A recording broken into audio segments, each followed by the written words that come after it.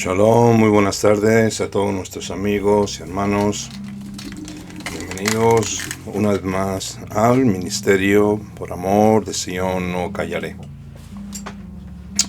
Hoy traemos un nuevo estudio para todos ustedes dentro del ciclo de estudios de perlas de la bendita Torah Yeshua HaMashiach con el título El Rey Mesías Yeshua nació en la festividad de Sukkot. Vamos a empezar con la escritura. Libro de Revelación, capítulo 12, capítulo 1 y 2, que dice así. Ahora una gran señal fue vista en el cielo, una mujer vestida del sol, la luna debajo de sus pies y sobre su cabeza 12 estrellas. Ella estaba preñada y casi al parir gritaba con dolores de parto. Verso 2. También tenemos en Mateo 1:23 que dice así: La Virgen Alma concebirá y dará a luz un hijo, y ellos le llamarán Immanuel, que significa Elohim es con nosotros, el poderoso. Perdón. De estas dos palabras hebreas, Amam, que significa reunir, y el poderoso, Adonai, significa que el niño sería la reunión de todo lo que es Adonai. En otras palabras, la imagen del Elohim invisible. El hijo de Adonai, en otras palabras, llamado en hebreo Adam Kadmon, es la imagen expresada. Adam Kadmon de Elohim invisible, el Ein Sof, el primogénito de toda la creación, el hijo de el Eterno, porque por él fueron creadas todas las cosas que están en los cielos y en la tierra, visibles e invisibles, sean tronos o dominios o principados o potestades. Todas las cosas fueron creadas por medio de él y para él, y él es antes de todas las cosas. Y en todas las cosas subsisten, y él es la cabeza del cuerpo, la asamblea, que es el principio del primogénito de entre los muertos, para que en todas las cosas tenga preeminencia Yeshua HaMashiach. Esto lo tenemos en el libro de Colosenses, capítulo 1, 15, 18. También nos dice que Yeshua es la imagen de Adonai, que vive en medio de su pueblo. Vamos ahora con el Shaliach Yohanan en el capítulo 1 del 14, 16 y 18, que dice así. Vamos a ver qué dice aquí Yohanan. La palabra se hizo carne y habitó y quedó, descansó, descendió entre nosotros, y nosotros contemplamos su kabod, esplendor de Elohim en uno, lleno de bondad y verdad. Habitó entre nosotros, acampó y tuvo una residencia temporal, una suca, un tabernáculo, y aquí el verbo fue hecho carne e hizo tabernáculo, una suca, una cabaña, un cuerpo entre nosotros. Verso 16. Porque procedente de la plenitud de él, todos nosotros también recibimos bondad inmerecida sobre bondad inmerecida. Porque la Torá fue dada por medio de Moshe, y la bondad y la verdad no merecidas existían en toda su fuerza en Yeshua HaMashiach. Nadie ha visto a Eloah en ningún momento. El unigénito Elohim, quien está en el seno del Padre, él lo ha manifestado por medio de sí. Vamos a hablar de la fiesta de nuestra alegría. Esto lo tenemos en el libro de Devarim, capítulo 16, 13, 17, como el Eterno remarca y da esta festividad de Sukkot a su pueblo, para todos aquellos que quieran observarla, obviamente. Y vamos a leer desde el verso 13 hasta el 17. Así dice el Eterno: guardarán la festividad de Sukkot por 7 días después que hayan recogido el producto de su era y prensa de vino. Reconcíjense en su fiesta, ustedes, sus hijos e hijas, sus esclavos y esclavas, los levitas y los extranjeros huérfanos y viudas que vivan entre ustedes.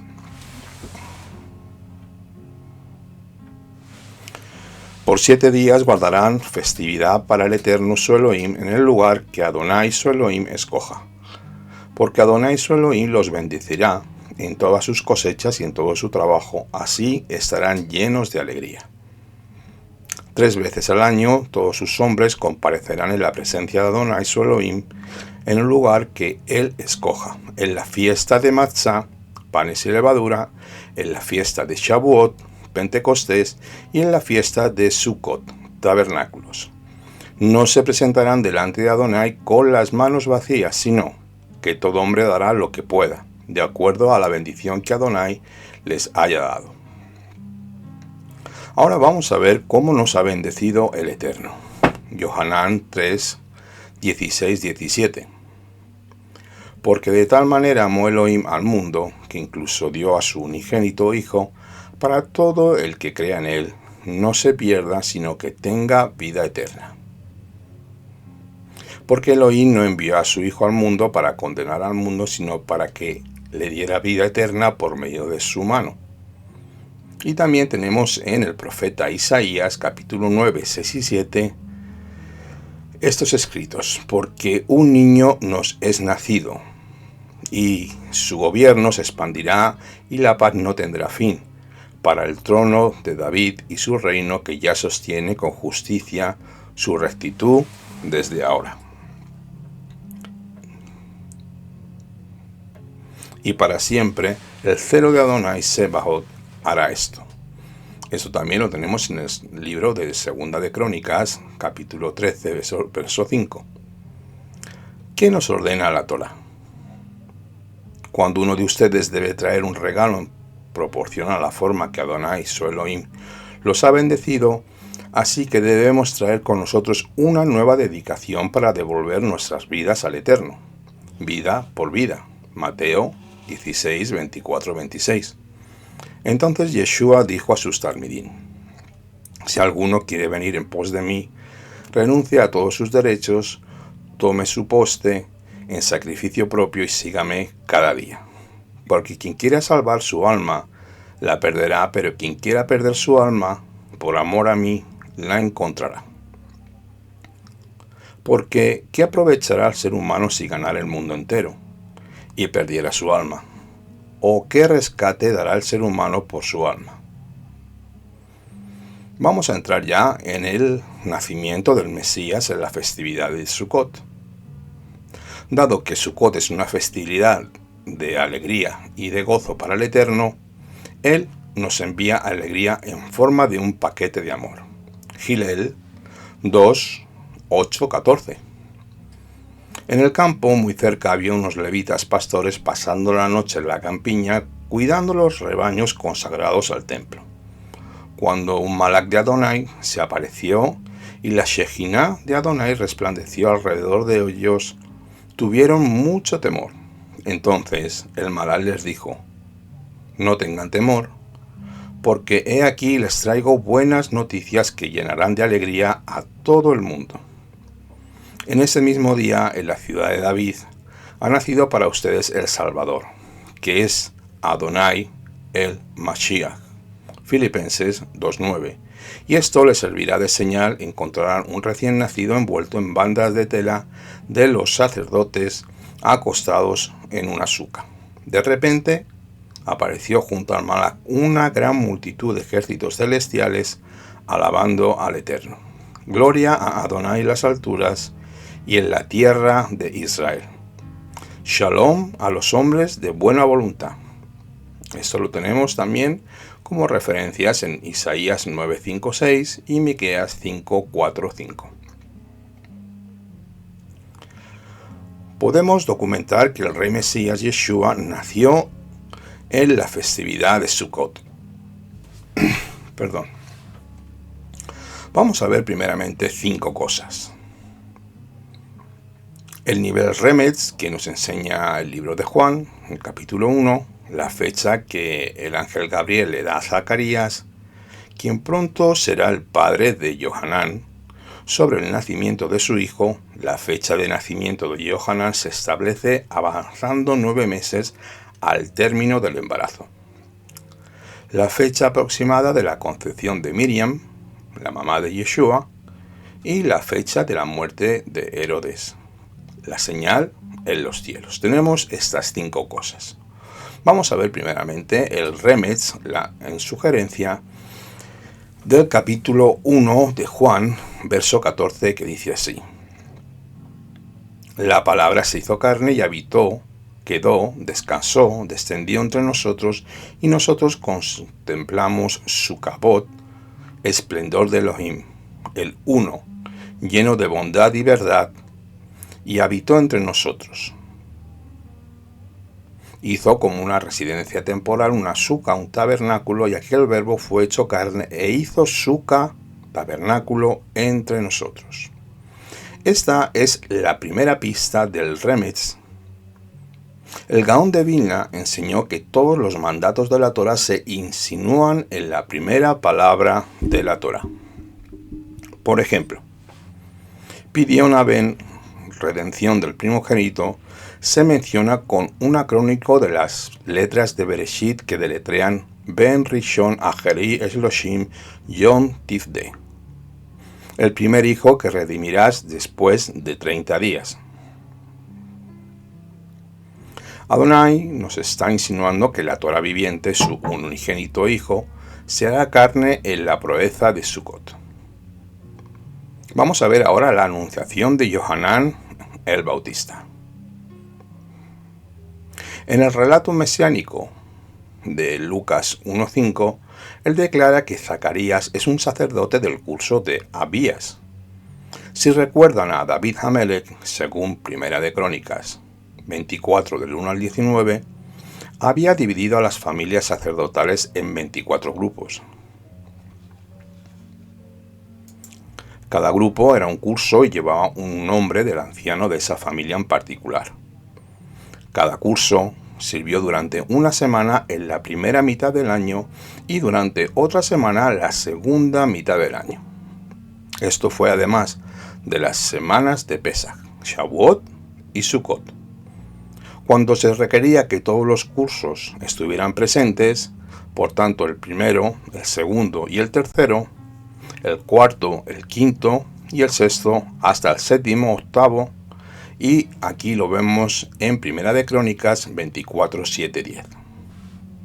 La familia de Abías servía la 10ª semana de la primera mitad del año, habiendo concedido 2 semanas para Pesach y Shavuot.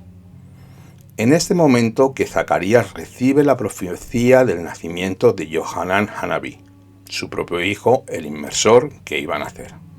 Juan, el primo de Yeshua. Lo leemos en el libro de Gilel, capítulo 1, del 8 al 13. Una vez cuando Zacarías estaba cumpliendo sus deberes como Cohen, durante el periodo de su división, delante del servicio del Eterno, fue escogido por suertes de acuerdo a la costumbre entre los Kohanim, entrar en el templo y quemar incienso. Todo el pueblo estaba orando fuera en aquel momento que se quemaba incienso, cuando se le apareció un malak de Adonai, parado a la derecha del altar de incienso. Zacarías se puso sobresaltado y aterrorizado con lo que veía.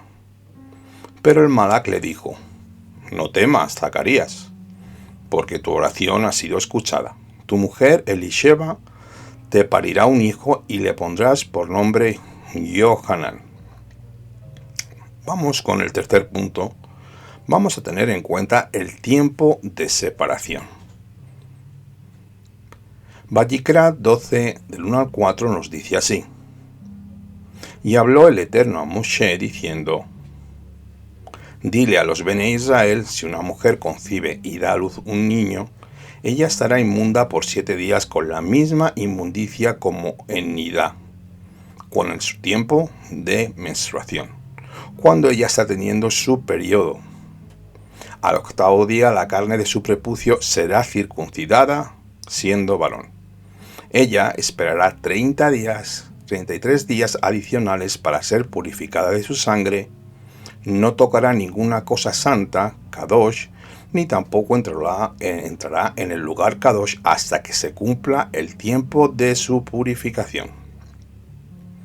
Deben contarse 11 días adicionales, teniendo en cuenta esto y avanzando un embarazo normal.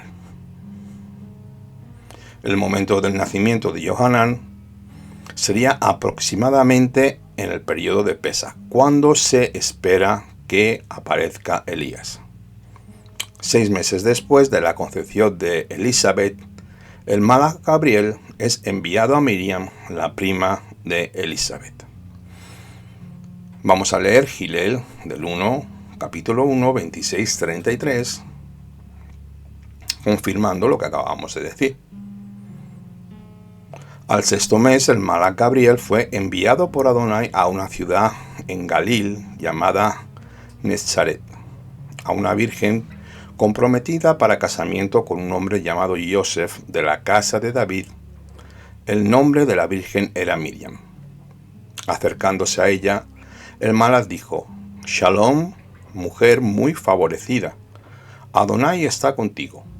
Ella estaba profundamente asustada por sus palabras y estaba perpleja pensando qué significaría esta salutación. El malaj le dijo: No tengas temor, Miriam, pues has sido favorecida por Adonai, pues he aquí concebirás en tu vientre y darás a luz a un hijo y llamarás su nombre Yeshua. Él será grande, será llamado el hijo de Elión. Adonai Elohim le dará el trono de su padre David y reinará sobre la casa de Jacob. Para siempre su reino no tendrá fin. Comenzando en Hanukkah, que comienza el 25 de Kislev y continúa durante 8 días, y contando los 9 meses de embarazo de Miriam, de la mamá de Yeshua, uno llega al tiempo aproximado de Sukkot. Vamos con el 4.: la muerte de Herodes. ¿Cómo se puede saber que a Zacarías le dio la profecía sobre Yohanan en la primera mitad del año en lugar del último? La clave la encontramos en la vida y muerte del rey Herodes. Herodes era un edomita no judío, era un hombre odiado por el pueblo, y esto figura de manera prominente en el nacimiento del rey Mesías Yeshua. En el relato que leemos en Matillahu, nos dice que el joven Yeshua es visitado por hombres sabios de Oriente. Matillahu 2, del 1 al 2, dice así: Después que Yeshua nació en Betlehem, en la tierra de Yehudá, durante el tiempo que Herodes era rey, hombres sabios de Oriente llegaron a Jerusalén y preguntaron: ¿Dónde está el rey nacido, rey de los Yehudim? Pues venimos y vimos y seguimos su estrella en Oriente y vinimos a adorarle. Bien, de este pasaje podemos ver que estos sabios, primeramente, son judíos. Si bien el verso no dice cuántos sabios hay, sí hay una referencia a su procedencia en las Escrituras, que vienen ¿de dónde? De la tierra de Oriente.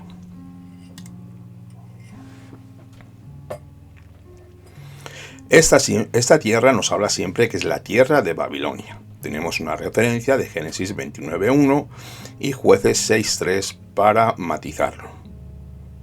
Durante el siglo I,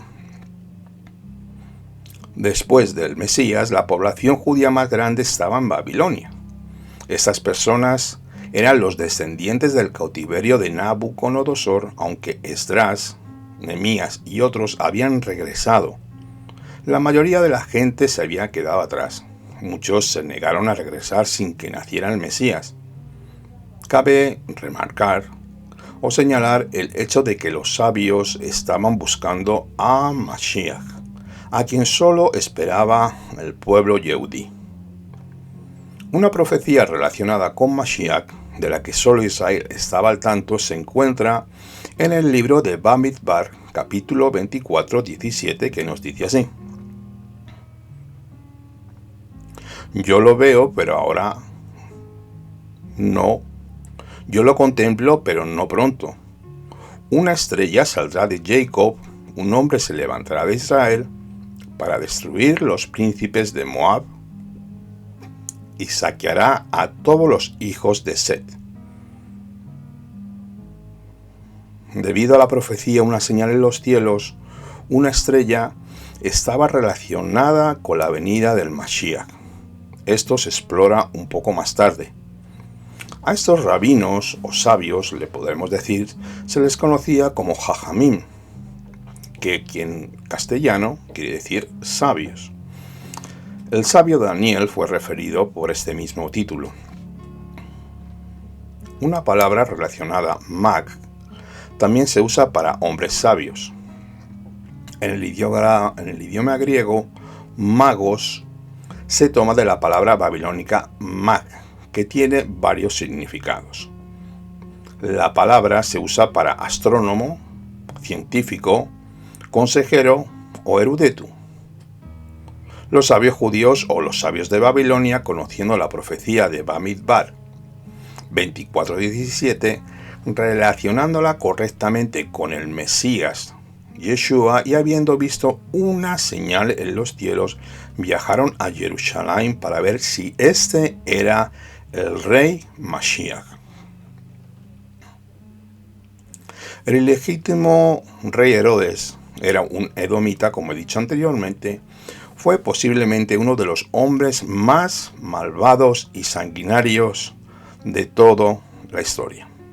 Mató a sus hijos, a su esposa favorita, que fue la última de los Ashmoneos, y a miles de personas inocentes. Su miedo a perder su trono lo llevó a la locura. Augusto César, notando que Herodes era un converso al judaísmo y por lo tanto no comía cerdo, una vez hizo la declaración de que era mejor ser un cerdo en la casa de Herodes que ser uno de sus hijos. No es de extrañar que Herodes buscara matar al joven Yeshua, ni que toda Jerusalén se perturbara cuando Herodes recibiera la noticia de que había nacido HaMashiach. Esto lo leemos en el libro de Matillá, capítulo 2, verso 3, el cual vamos a leer. Cuando el rey Herodes oyó esto, se molestó al igual que todos en Jerusalén. Cuando analizamos esto sobre los hombres sabios, aparecieron entre 1 año y 18 meses después del nacimiento de Yeshua. Esto se basa en la matanza de Herodes de los niños varones menores de 2 años, según la fecha que los sabios le habían dado por la aparición de la estrella. Mateo 2, 7, 8 y 16, que vamos a leer. Herodes mandó a llamar a los sabios para que se reunieran con él en secreto y les preguntó exactamente cuándo fue que apareció la estrella. Después los envió a Betlehem con estas instrucciones: busquen cuidadosamente al niño y cuando le hallen me lo hacen saber para que yo también vaya a adorarle.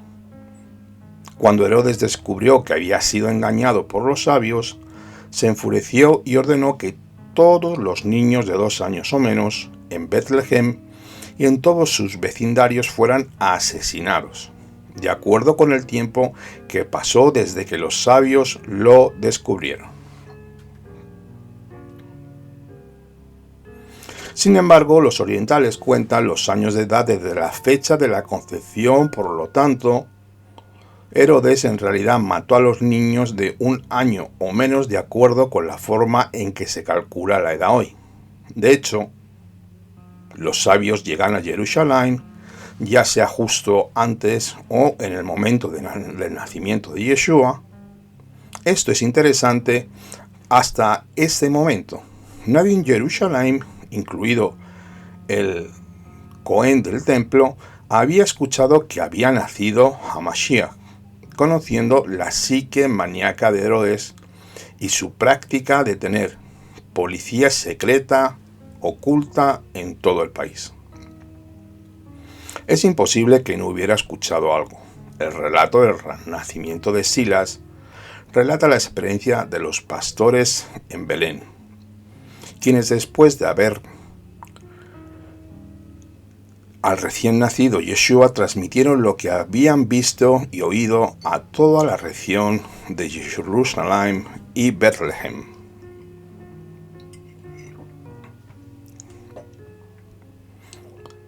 Vamos a leer ahora Gilel, capítulo 2, verso 17. Al ver esto, ellos dieron a conocer la palabra que se les había dicho acerca del niño.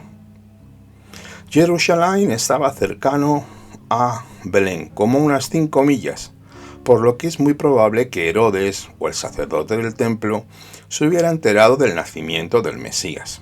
Una prueba más se ve que en 40 días después del nacimiento de Yeshua, Miriam lleva a Yeshua al templo para su purificación y su redención según lo manda la Torá.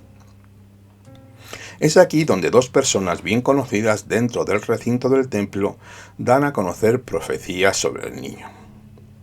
El libro de Vayikra, capítulo 12, 1-4 nos dice así: Y habló el Eterno a Moshe diciendo: Dile a los Bene Israel, si una mujer concibe y da luz, ella estará inmunda por 7 días con la misma inmundicia como en su periodo de nidá, en el periodo menstrual.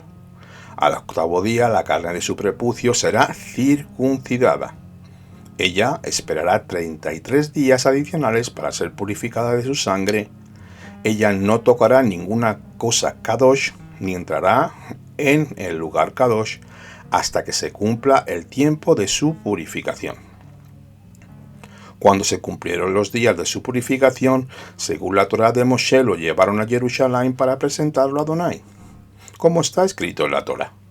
Todo varón que abra el vientre será llamado Kadosh para Adonai. Y se debe ofrecer un sacrificio de acuerdo con lo que se dice en la Torá: un par de tórtolas o 2 pichones. Esto lo tenemos en el libro de Vayikra, capítulo 12, verso 8. Nos vamos ahora al libro de Gilel, capítulo 2, del 21 al 38, y vamos a leerlo con detalle. Al 8º día, cuando era el tiempo para su Brit Milá, le fue dado el nombre de Yeshua, que es como el Malak le llamó antes de su concepción. Cuando llegó el tiempo de la purificación, de acuerdo a la Torá de Moshe, le trajeron a Jerusalén para presentarlo al Eterno, tal como está escrito en la Torá de Adonai: todo primogénito varón será Kadosh a Adonai. Y también para ofrecer sacrificios, un par de palomas o 2 pichones, según sea requerido por la Torá de Adonai. Había en Jerusalén un hombre llamado Simeón. Este hombre era un sadik devoto, aguardaba ansiosamente que Adonai redimiera a Israel, y el Ruach HaKodesh estaba sobre él. Le había sido revelado por el Ruach Adonai que no moriría antes de haber visto al Mashiach de Adonai. Movido por el Ruach, fue a los patios del templo, y cuando los padres trajeron al niño Yeshua para dar cumplimiento a los requerimientos de la Torá, Simeón le tomó en los brazos, pronunció una verajá de Adonai diciendo: Ahora, Adonai, de acuerdo a tu palabra, tu siervo está en Shalom, para cuando le quieras despedir, porque he visto con mis propios ojos tu Yeshua, la cual has aparejado en presencia de todos los pueblos, luz que traerá revelación a los Goyim y Cabot a tu pueblo Israel.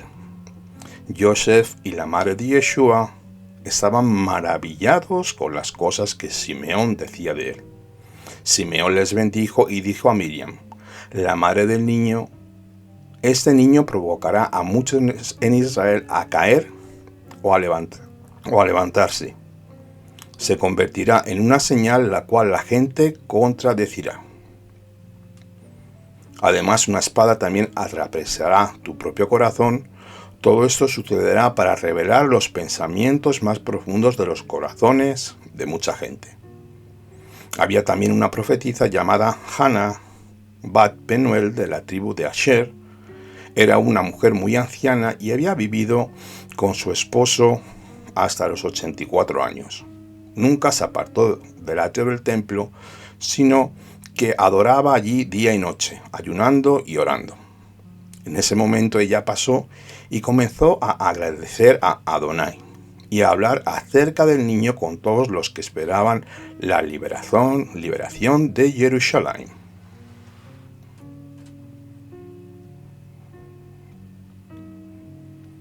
Pensando que toda Judea se regocijaría, los sabios fueron al rey.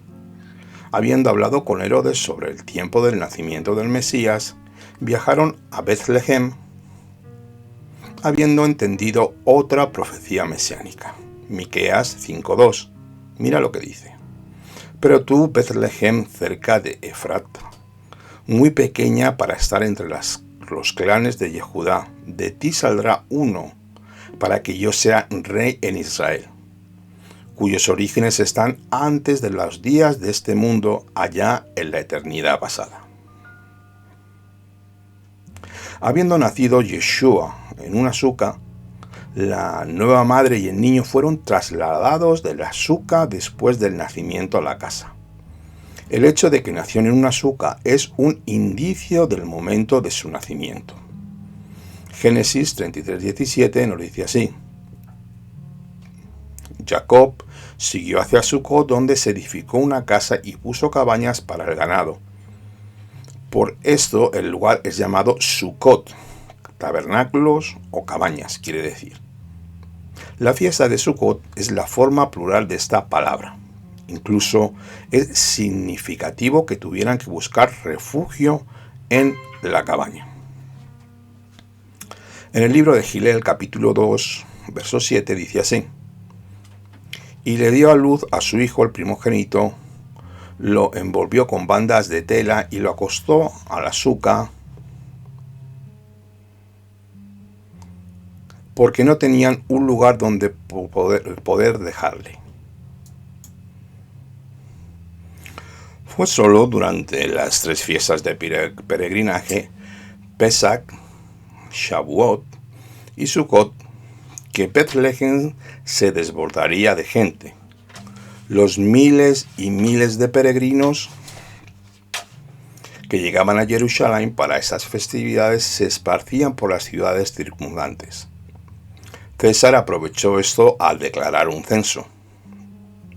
Herodes murió en los mismos 40 días que Joseph y Miriam llevaron al joven Yeshua a Jerusalén.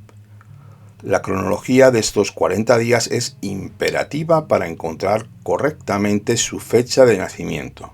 Joseph y Miriam vienen a Jerusalén para la fiesta de Sukkot y planean quedarse en la ciudad natal de su familia, Betlehem, para registrarse en el censo. Al no poder encontrar una habitación en la posada, se les da refugio en una suca, en una cabaña. Durante la noche los sabios llegan a Jerusalén y hablan con Herodes. Mientras tanto, Miriam da a luz. La hueste celestial se aparece a los pastores proclamando que ha nacido HaMashiach Adonai. Van a rendirle homenaje a la suca, a la cabaña, mientras los sabios se dirigen a Belén. Los pastores se marchan para hacer un ruido en el exterior y Miriam es trasladada a una casa.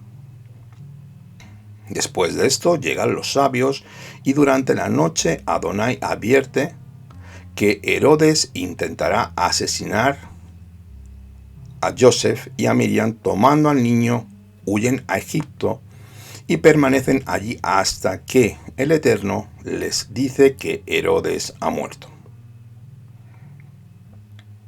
Al regresar a Judea, redimen a Yeshua de acuerdo con la Torá, recibiendo las profecías de Hannah y Simón Hasadik. Después de esto regresan a la tierra de Galilea, a Nazaret, donde vivirán. Vamos a ver el quinto punto, la señal en los cielos. Esto lo tenemos en Bereshit 1:14. Y dijo el Eterno: haya luceros en la expansión de los cielos, para apartar el día de la noche, y sean por señales para los tiempos señalados y días, y también los años. Matillahu 2:1-2. Después que Yeshua nació en Betlehem, en la tierra de Yehudá, durante el tiempo que Herodes era rey, hombres sabios de Oriente llegaron a Jerusalén y preguntaron: ¿dónde está el rey de los Yehudim? Pues vimos su estrella en Oriente y vinimos a adorarle. Los sabios eran hábiles astrónomos especializados en esta materia, los cuales estudiaban los cielos desde lo alto de las montañas, esperando la señal de que había nacido Ha-Mashiach Yeshua, para que todo Israel pudiera reunirse. Para ellos, Mazarot, que son las constelaciones, era solo otro libro de la escritura para leer. Los mejores libros modernos sobre este tema son el Evangelio en las Estrellas, de Joseph A. Seiss, Una voz que clama en los desiertos, de B. Wadsworth, y El Testimonio de las Estrellas, de E. W. Bullinger. En las primeras horas de la tarde del 17 de junio del año 2 antes de Yeshua, se presenciaron eventos astronómicos espectaculares en el cielo. Los sabios de la diáspora habían estado monitoreando durante varias semanas el movimiento del planeta Venus hacia el este entre las estrellas, en lo que parecía ser un curso de la colisión con el planeta Júpiter. Los elementos celestiales le dijeron a los sabios que el tiempo del rey Mesías estaba muy cerca. El 12 de agosto, antes de Yeshua, vemos en Júpiter y en Venus la madre llamada Meleket Hashamayim, la reina del cielo, en Jeremías 7:18.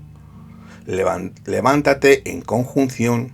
Una conjunción es cuando los cuerpos celestes se alinean tan cerca que nos parecen con una sola luz súper brillante. Sadet, que quiere decir Júpiter, el justo, Adonai, está sombreando a Coquebet, Venus, la madre. Israel, que ocurre en la constelación de Arié, de Leo, que es el símbolo de la tribu real hebrea, Yehudá. Dado que los magos estaban estudiando las Sagradas Escrituras, sabían que por el libro de Génesis, capítulo 49:10, que el Mesías vendría de la tribu real de Yehudá. El mensaje que esto les habría dado a los sabios de Oriente era que Adonai está provocando que algún evento real importante suceda en Israel. El 31 de agosto, antes de la era común, 3 años antes de la era común, Mercurio, el mensajero celestial, ahora llega a Coquebet, Venus, la madre. El Sol está ahora en la constelación de Betulá, Virgo. La Virgen Cocabab, que es Mercurio, y Coquebet, Venus, están en la constelación de Arié, Leo. Y Sadek, Júpiter, acaba de entrar en la misma, lo que significa que el mensajero de Adonai, Gabriel, es enviado a la madre real Israel personalizada por Miriam. El 3 de septiembre, antes de la era común, vieron subir a Sadek Júpiter junto a Melek Regulus, que es la estrella más brillante de la constelación de Arié. Como hemos dicho antes, es Leo, un símbolo de gobernación que significa Adonai. Está entregando el centro a la tribu de Yehudá. El 2 de febrero, una vez que vieron a Sadek Júpiter elevarse junto a Melek Regulus, que es el rey, si la mujer en Apocalipsis se toma como constelación de Betulá, Virgo. La Virgen, entonces el sol viste su cuerpo durante un mes al año, la luna pasada por esa región, en el curso de su ciclo mensual, de modo que esté justo debajo de sus pies en un periodo en particular. ¿Cuándo? En Sukkot. El 2 de mayo, antes de la era común, una tercera vez que vinieron a Sadek, a Júpiter, se elevaron juntos con Melek, el rey. El 2 de junio, una vez que vieron a Sadek y a Coquebet Venus, lo vieron. Una tercera vez que vieron a Sadek y a Coquebet elevarse en conjunto, esto ocurrió nuevamente en la constelación de Arié, que es nuevamente el símbolo de la tribu de Yehudá, la tribu de la realeza. El 26 de agosto, 2 años antes, una estrecha conjunción de Sadek y Arié con Coquebet y Betulá, lo que sugiere que estos eventos conducirán a la guerra.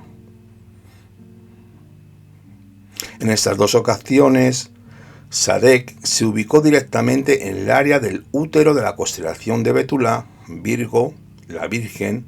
El nombre de hebreo Júpiter, Sadek, fue durante todo el periodo de Yeshua y los apóstoles un término usados por el Mesías. El 14 de septiembre del año 3 antes de Yeshua, de la era común, 3 conjunciones de Sadek con Melek, la estrella más brillante de la constelación de Arié y ubicada en las patas del león. El mensaje de Júpiter, el justo, círculos sobre Melek, el rey, colocando una corona en la cabeza del rey. Esto se da el 17 de junio del año 2 antes del Mesías. Una conjunción cercana muy rara a Sadek con Júpiter el justo y con Coquebet Venus. La madre es lo que envía a los sabios en su camino a Jerusalén. Ellos emprenden el 17 de junio, 2 años antes del nacimiento de Mesías,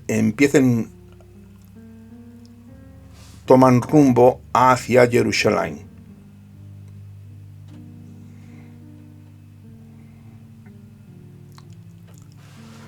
Todo esto ocurrió entre la constelación y en los pies de Betulá y de Virgo. Más arriba y por encima de sus piernas encontramos a Tanem, Draco, esta antigua serpiente llamada Diablo o Satanás, que el Eterno le reprenda, que lleva al mundo entero por el mal camino, listo para devorar al niño. Luego, entre las 6:15 y las 7:49, un cometa que salió del cielo la atravesó, entrando en su cabeza, y justo cuando salió de entre sus piernas se alineó con Júpiter y con Venus y con Regulus. Un destello de luz estalló y nació el Mesías. Aquí vamos a verlo, lo que hemos leído anteriormente en el libro de Revelación 12, 1 y 3. Y ahora una gran señal fue vista en el cielo. Una mujer vestida del sol, la luna debajo de sus pies y sobre su cabeza 12 estrellas. Ella estaba preñada y casi a punto de parir, y gritaba con los dolores de parto. Otra señal fue vista en el cielo. Había un gran dragón rojo con 7 cabezas y 10 cuernos, y sus cabezas 7 coronas reales. Esto lo tenemos también en el libro de Daniel 7, del 7 al 24. Ahora nos vamos a centrar en la celebración de Sukkot como Yeshua siendo el epicentro. Yohanan 7:8 y Yohanan 14. Vamos a leerlo primeramente el verso 14. Cuando la fiesta iba por la mitad, Yeshua subió al templo y comenzó a enseñar. Nuestro Mesías celebró Sukkot llevando a sus discípulos al monte para mostrarle algo espectacular. También en el libro de Marcos capítulo 9, 2:13 nos dice así: 6 días después, Yeshua tomó a Simón Kefa y a su hermano Jacob y a Yohanan y los llevó privadamente a una montaña alta. Mientras ellos miraban, la Shejina de Elohim se manifestó sobre él. Su ropa se tornó en un blanco deslumbrante, más blanca de lo que nadie en el mundo pudiera lavarlo. Entonces vieron a Eliyahu y a Moshe hablando con Yeshua. Simón Kefa le dijo a Mashiach: ¿es bueno que estemos aquí, Rabí? Hagamos 3 Sukkot, una para ti, otra para Moshe y otra para Eliyahu. Él no sabía qué decir, estaban aterrados. Y había una nube de luz brillante sobre él y una voz de la nube que decía: este es mi hijo amado, obedézcanlo.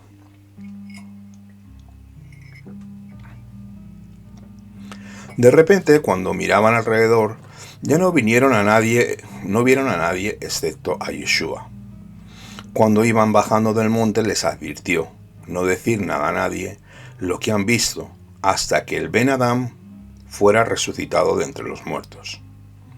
Así que se guardaron el asunto para sí mismos, pero continuaron preguntándole el uno al otro: ¿qué es esto de resucitado de entre los muertos? También le preguntaron por qué los maestros de la Torá dicen que Eliyahu tiene que venir antes que el Mashiach. Entonces Yeshua respondió: Eliyahu en verdad vendrá primero para hacer tikkun de todas las cosas, pero ¿cómo que es que el Tanakh dice que el Ben Adán debe sufrir mucho y ser despreciado? Sin embargo, yo les digo que Eliyahu ya vino, e hicieron con él todo lo que quisieron, así con el Tanakh, como el Tanakh dice de él. Aquí vemos la manifestación de la transfiguración, la cual nos recuerda que algún día cambiaremos estas tiendas, estas Sukkot terrenales, por hermosos cuerpos glorificados para habitar por siempre en la Jerusalén celestial que ha de bajar a Eretz Israel. Como dice, y así estaremos con el Rey por siempre. Primera de Tesalonicenses 4:17. Solo estar con él será un verdadero privilegio. Simhat, podríamos decir, alegría y gozo. También tenemos 2 de Corintios capítulo 3, de los versos 16 al 18, que nos dicen así.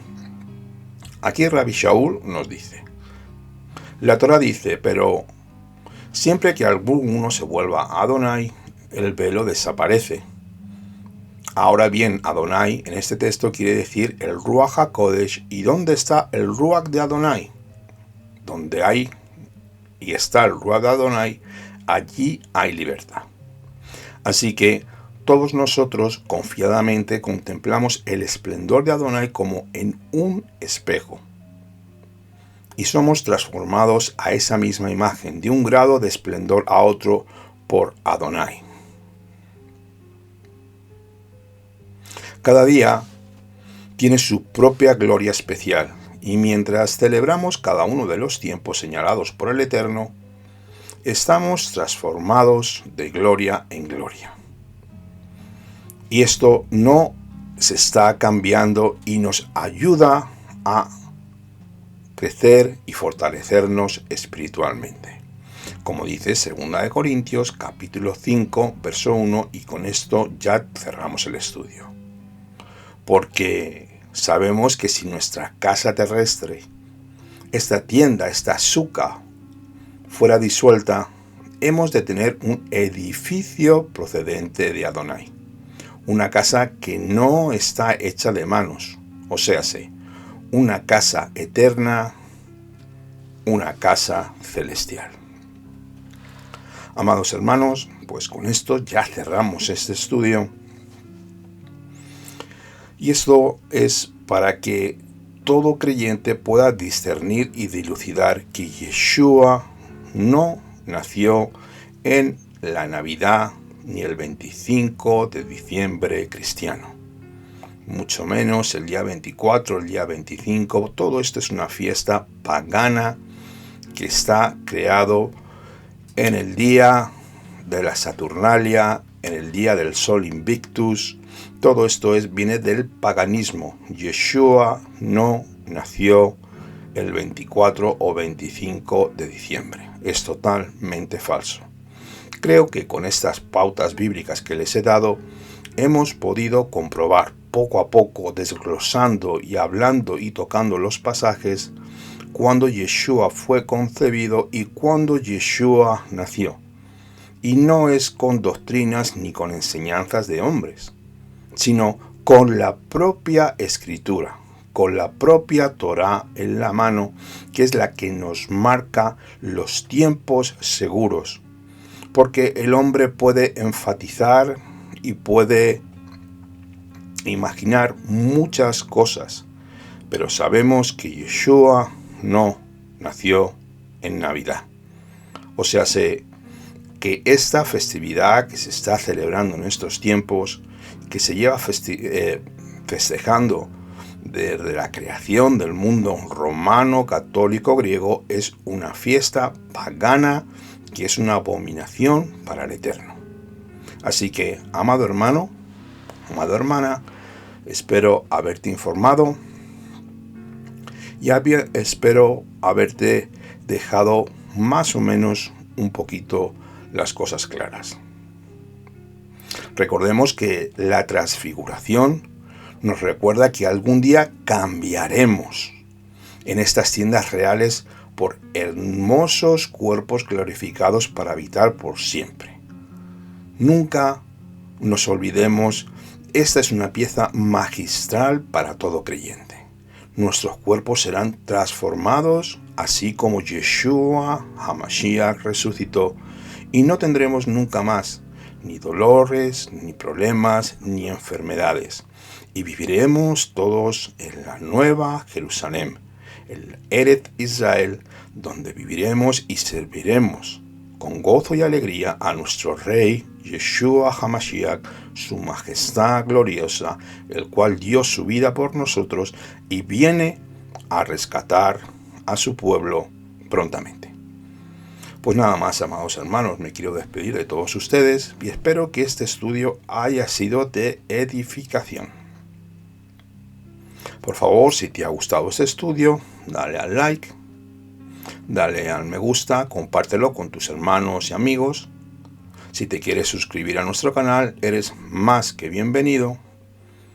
Y si tienes alguna pregunta, por favor, pues ponnos un correo electrónico. ¿Quieres dejar tus comentarios? Deja tus comentarios y te contestaremos lo antes posible. Vamos a despedirnos con una tefilá para el Eterno y dar gracias por este estudio y por este tiempo de revelación sobre este estudio del nacimiento de nuestro Adón Yeshua. Si te quieres unir conmigo a la tefilá, eres más que bienvenido.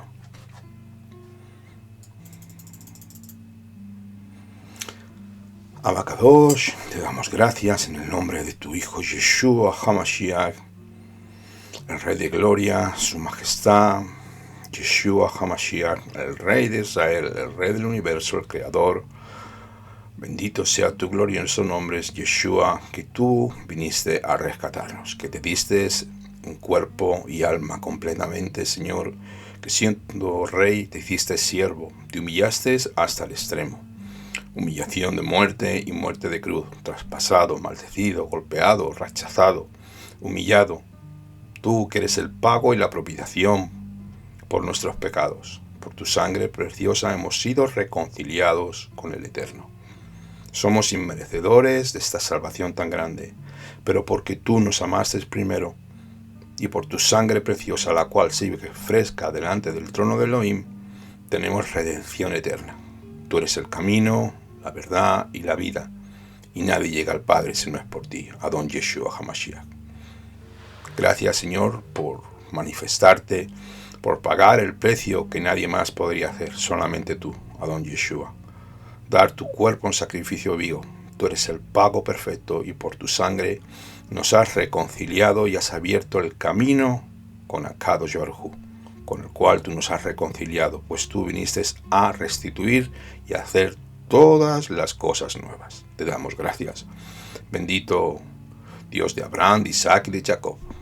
Yo quiero bendecir a todos mis hermanos y mis hermanas, Señor, que este mensaje llegue a millones y a miles y miles de millones de personas, Señor, para que tu palabra y tu nombre sea proclamado en toda la tierra, Señor. Oramos especialmente por tu pueblo Israel, Señor, que quebrantes esa dureza de corazón. Sabemos que Israel tiene que seguir sufriendo hasta el regreso del Mashiach, pero tú nos proteges por tus pactos incondicionales y promesas que has prometido a tu pueblo Israel. Te damos gracias a Adón Yeshua, gracias a Kadosh Baruj Hu. A ti sea toda la gloria, la honra y el poder. Beshem Yeshua HaMashiach. Amén, ve y amén. Bueno, amados hermanos, pues hasta aquí hemos llegado. Que tengan un bendecido día. Shalom Aleichem, Kol Tuv.